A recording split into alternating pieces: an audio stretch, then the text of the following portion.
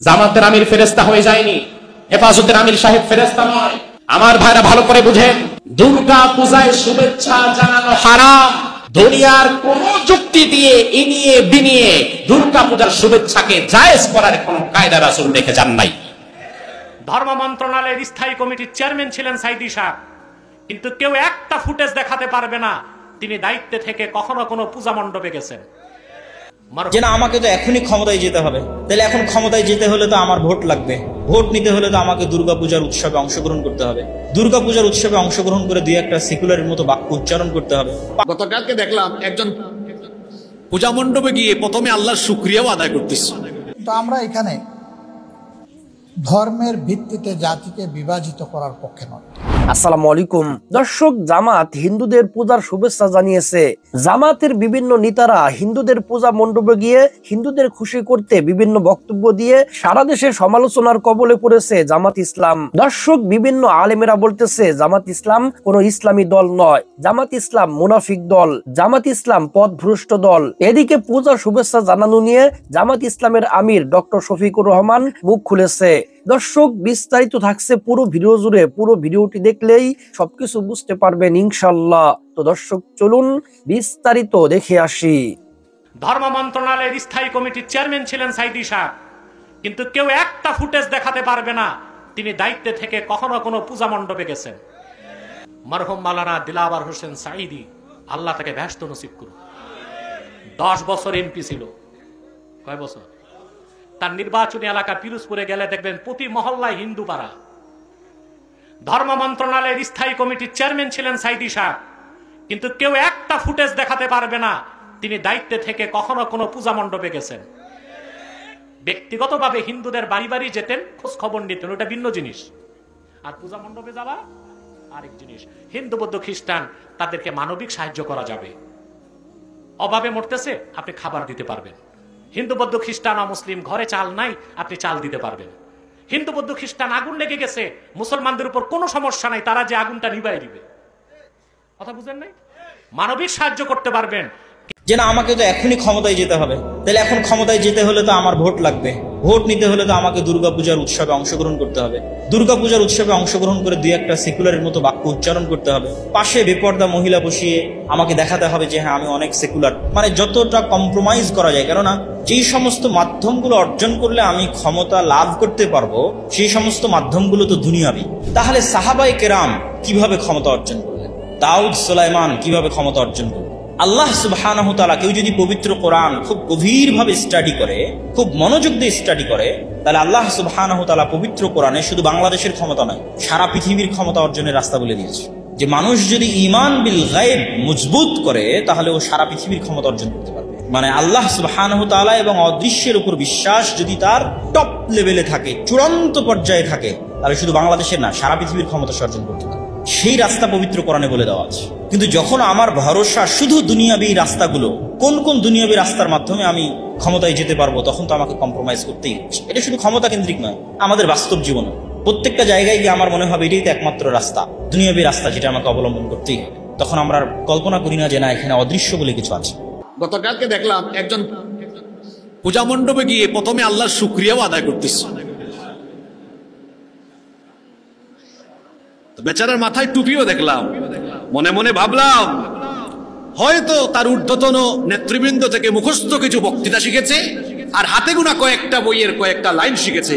হাতে গোনা কয়েকটা বইয়ের কয়েকটা লাইন শিখেই বড় বিশেষজ্ঞ রাজনীতিবিদ হওয়া যায় না। প্রচলিত ধারা রাজনীতিবিদ, প্রচলিত ধারা ধাপ্পাবাজি মার্কা রাজনীতিবিদ হওয়া যায়, ইসলামী বিশেষজ্ঞ হওয়া যায় না।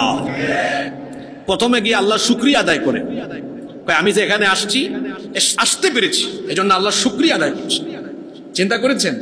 আরেক রাজনৈতিক নেতা দেখলাম বক্তৃতা করছে যে মা দুর্গার এমন শক্তি, এটা অসারতা অসুর দূর করবে, এই শক্তিতে আমরা বলিয়ান হব। যে নেতা এটা বলেছে তার ঈমান চলে গিয়েছে, তাকে আবারও কালেমা পড়ে মুসলমান হওয়া লাগবে। এদের পেছনে কত যুবক তরুণেরা ছুটছে। আমি তো বরাবরই একটা কথা বলি, এখানে ওই মসজিদে যারা বিশেষ করে ইয়াং সোসাইটি, ইয়াং কমিউনিটি আছেন, যুবক তরুণ ভাইয়েরা আছেন আর ছাত্র ভাইয়েরা আছেন, আমি আপনাদেরকে একটি বিশেষ অনুরোধ করতে চাই। সেটা হলো এই, আপনার এই তারুণ্য, আপনার এই যৌবন, আপনার এই শক্তি সামর্থ্য, এটা তথাকথিত নেতা নেত্রীদের পেছনে গিয়ে খরচ করবেন না। কারণ এই তারুণ্য, এই যৌবন, এই শক্তি, তারুণ্যের এই উন্মাদনা দেওয়া হয়েছে কোন নেতা নেত্রীর চামচামি করার জন্য নয়। আমি কারো চামচামি করতে পারবো না, বরং এই যুবক বয়সে পড়াশোনা, গবেষণা আর চারিত্রিক উৎকর্ষ সাধনে মনোযোগী হয়ে যাও। কারো পিছনে তোমাকে ঘুরতে হবে না, একটা সময় আসবে তামাম দুনিয়া তোমার পিছনে ঘুরবে। জামাতের আমির ফেরেশতা হয়ে যায়নি, হেফাজতের আমির সাহেব ফেরেশতা নয়। আমার ভাইরা ভালো করে বুঝেন, দুর্গা পূজায় শুভেচ্ছা জানানো হারাম। দুনিয়ার কোন যুক্তি দিয়ে ইনিয়ে বিনিয়ে দুর্গা পূজার শুভেচ্ছাকে জায়েজ করার কোন কায়দা রাসূল রেখে যান নাই। আপনি যেই দলের রাজনীতি করেন না কেন, যেটা হারাম সেটা হারাম। যেটা রাসূল হারাম করেছেন সেটা কিয়ামত পর্যন্ত হারাম। যেটা রাসূল হারাম করেছেন ওটা জামাতের জন্য হারাম, হেফাজতের জন্য হারাম, খেলাফতের জন্য হারাম। দুনিয়াতে রাসূল যেটা হারাম করে গিয়েছেন ওটা আওয়ামী লীগ, বিএনপি হোক না কেন, যে কোনো দল হোক না কেন, মাসালা সবার জন্য একটাই। এখন আমরা মনে করি না, ভোটের রাজনীতি যেহেতু করতে হবে, হিন্দুদের কিছু ভোট পাইতে হবে, এই জন্য দুর্গা পূজায় গিয়ে তাদের সাথে নাচতে হবে। আজ দুর্গা পূজায় যারা শুভেচ্ছা জানিয়েছে, ওলামায়ে কেরাম যদি কোরআন হাদিস দিয়ে তাদেরকে সংশোধন না করে, তাইলে আগামী বছরের দুর্গা পূজায় তারা প্রসাদ খাবে, এর পরের বছরের দুর্গা পূজায় প্রয়োজনে ধুতি খুলে নাচবে।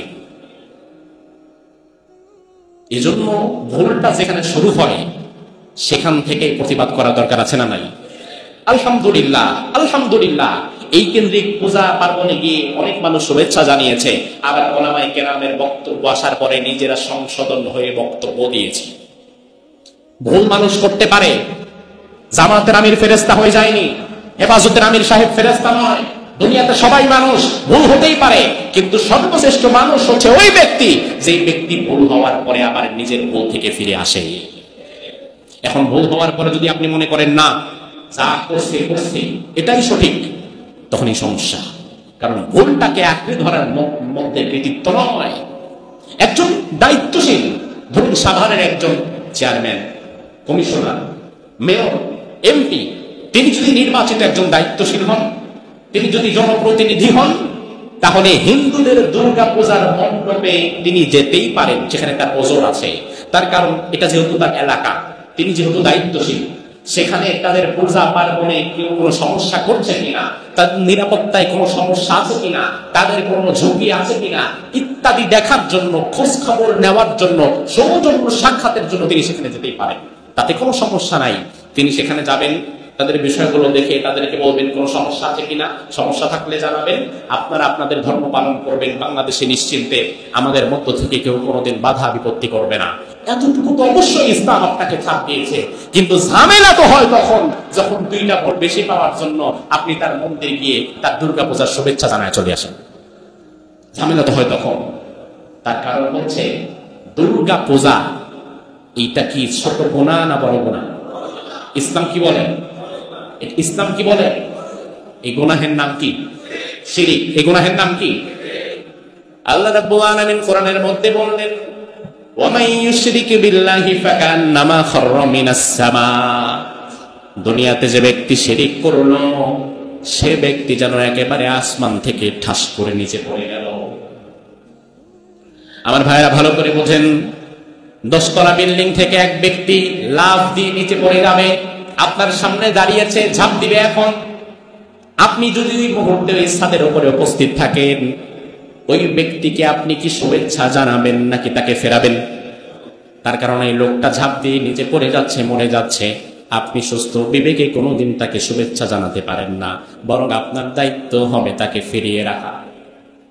দুর্গা পূজায় শিরক করছে, আল্লাহ বললেন এরা আসমান থেকে পড়ছে। এই শিরকের সাথে আমার কোনো আপোষ নাই। ইন্নাশ শিরকা লাযুলমুন আযীম। শিরক অনেক বড় ভয়ঙ্কর জুলুম। এখন দুর্গা পূজায় শিরক হচ্ছে, আসমান থেকে পড়ার মতো বিষয় ঘটছে, আপনি সেখানে তাদেরকে ফেরাতে পারেন না তো পারেন না, অন্তত মনে মনে ব্যথিত হওয়ার দরকার। সেই ব্যথা ব্যথিত না হয়ে আপনি যদি দুর্গা পূজার মণ্ডপে হিন্দুদেরকে গিয়ে বলেন তোমরা ভালো কাজ করতেছো, তোমাদেরকে জানাই শারদীয় দুর্গা পূজার শুভেচ্ছা, আপনি হবেন ওই পাগলের মতো যে পাগলের সামনে 10 তলা থেকে মানুষ লাফ দিয়া পড়ে আর ওই পাগল দাঁড়ায় দাঁড়ায় হাসে। কথা কি বুঝতে পেরেছেন? এত পাগল হওয়া তো ভালো না ভাই। দুর্গা পূজার শুভেচ্ছা জানাতেন কি আপনারা? এই বছর দুর্গা পূজা না আসলে কত মানুষের ইমানটা হয়তো বেঁচে যেত। যারা করেছেন এই আওয়াজ যাদের কানে পৌঁছাবে, আল্লাহর ওয়াস্তে তওবা করবেন, ইস্তেগফার করবেন। তার কারণ এত তেল মেরা লাভ নাই। হিন্দুদের কাছে গিয়ে এত নমনম করে তেল মেরে লাভ নাই। দুইটা ভোট পাওয়ার আশায় তেল মারতেছেন, নমনম করতেছেন, দিন শেষে দেখা যাবে ভোটও পাইলেন না, ক্ষমতাও পাইলেন না, আবার ইমানও গেল। এটা হতে পারে না। লাভ কি হলো? ইমানও হারালেন, ভোটও হারালেন।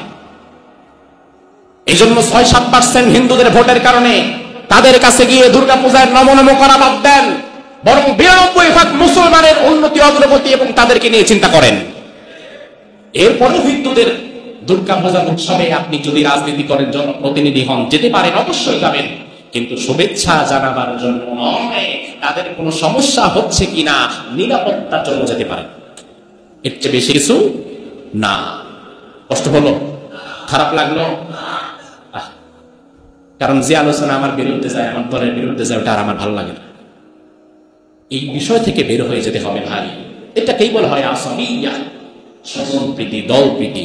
আপনাকে বুঝতে হবে কোরআনে যেটা আছে, হাদিসে যেটা আছে, আমার দল তো ফেরেশতা না। আমার দল যদি কখনো ভুল কাজ করে, আমার দল জীবনে কত সিদ্ধান্ত নিয়েছে, এরপরে কিছুদিন পরে দল বুঝতে পেরেছে না এই সিদ্ধান্ত নেওয়াটা ঠিক ছিল না, এই কাজটা করা ঠিক ছিল না, তাহলে আমার দল জীবনে কত তার সিদ্ধান্ত থেকে ফিরে এসেছে, তার সিদ্ধান্ত যে ভুল এটা সে বুঝতে পেরেছে। তাই দুর্গা পূজায় গিয়ে হিন্দুদের সাথে ঢলাঢলি করে শুভেচ্ছা জানানো এই বছর যারা করেছে, আল্লাহ চাইলে এদেরকে সামনে হেদায়েত দিতে পারে না? পারে কিনা? তবে হেদায়েত পাওয়ার মানসিকতা রাখলে হেদায়েত দিতে পারে, আর হেদায়েত পাওয়ার মানসিকতা না রাখলে আল্লাহর এত ঠেকা পড়ে নাই আপনার ঘাড়ে ধরে হেদায়েত দিয়ে দিবে। হেদায়েতের মানসিকতা রাখতে হবে। আল্লাহ সুবহানাহু ওয়া তাআলা আমাদেরকে শিরক থেকে বেঁচে থাকার তৌফিক দান করুক। আমরা বলি আমিন। আমার ভাইরা, বলা হবে যে হুজুর কত হিন্দু তো আমাদের প্রতিবেশী। গতকাল আমাকে একজন বলল যে হুজুর আমি যেখানে থাকি কত হিন্দু আমার প্রতিবেশী, আমাকে তারা জোর করে নিয়ে যায়, আমাকে তারা প্রসাদ দেয়, এটা দেয়, সেটা দেয়, আমি কি করব? আমরা এর আগেও এখানে উত্তর দিয়েছি, দুর্গা পূজায় গিয়ে হিন্দুদের প্রসাদ খাওয়া যাবে না। হিন্দুদের অন্য কোনো খাবার আপনাকে হাদিয়া দিলে, নাড়ু, জিরা, মুড়ি এমনিতে দিলে আপনি খেতে পারেন, সমস্যা নাই, কিন্তু সেটা প্রসাদ হতে পারবে না। আপনি একজন বিধর্মী, ভিন্ন ধর্মাবলম্বী একজন মানুষ, একজন হিন্দু, একজন বৌদ্ধ, একজন খ্রিস্টান আপনার প্রতিবেশী, ওই মুহূর্তে আপনার উচিত তার সাথে সামাজিক সৌহার্দ্যপূর্ণ আচরণ করা, তার বিপদে এগিয়ে যাওয়া, সে অসুস্থ হলে তাকে দেখতে যাওয়া, তার কোনো প্রয়োজন হলে সামর্থ্যের আলোকে সেটা পূরণ করিয়ে দেওয়া। এর মাধ্যমে দাওয়াতের একটা রাস্তা তৈরি করা।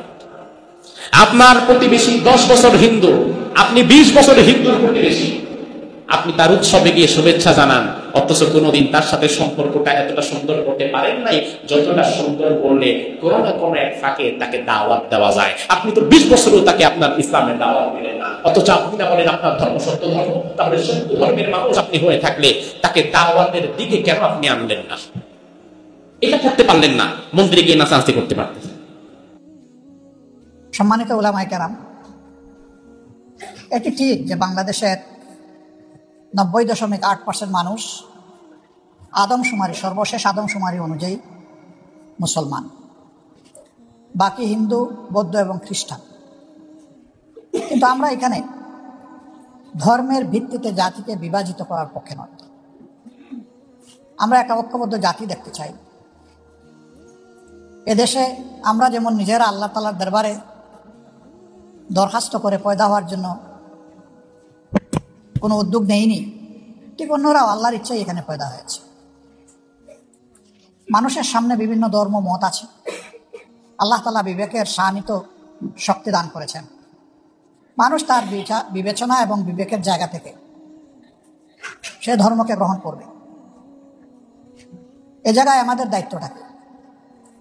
আমাদের দায়িত্ব হচ্ছে আল্লাহ তাআলার দেওয়া শাশ্বত বিধান,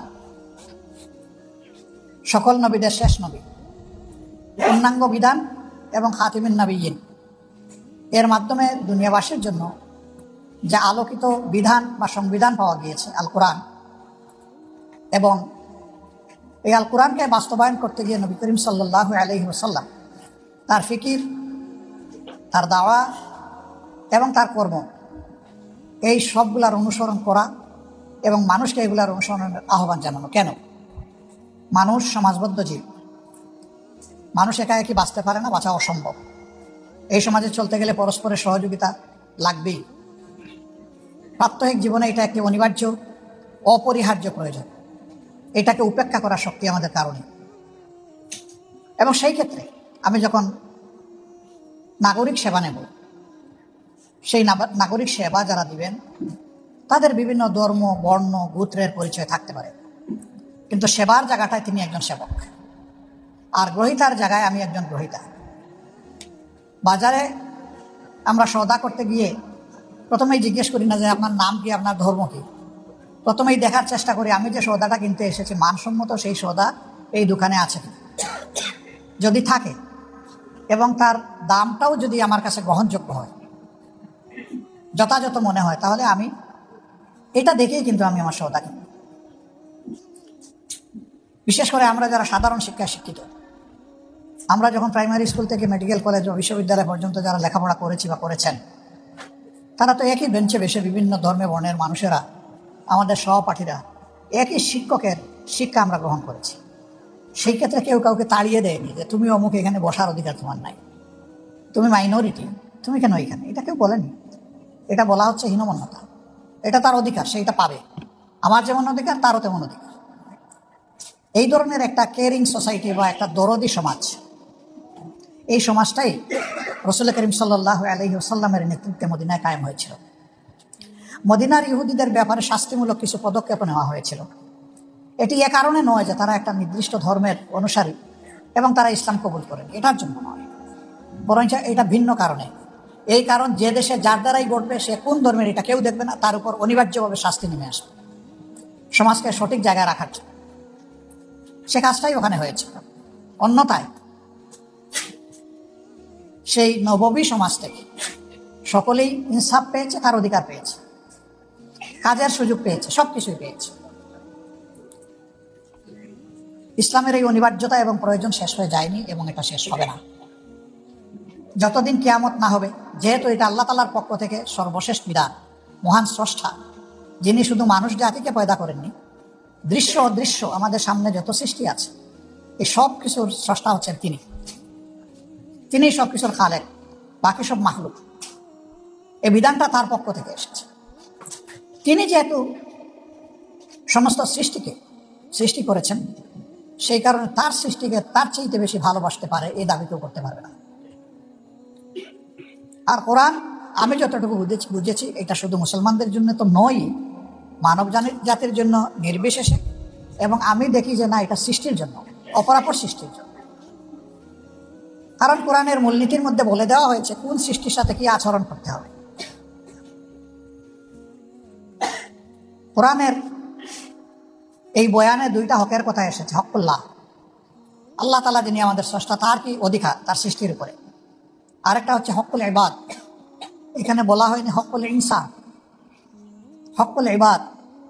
সমস্ত সৃষ্টি ইচ্ছায় হোক অনিচ্ছায় হোক আল্লাহ তাআলার ইবাদত করে, গোলামি করে, তার সেট করা নিয়ম মেনে চলে।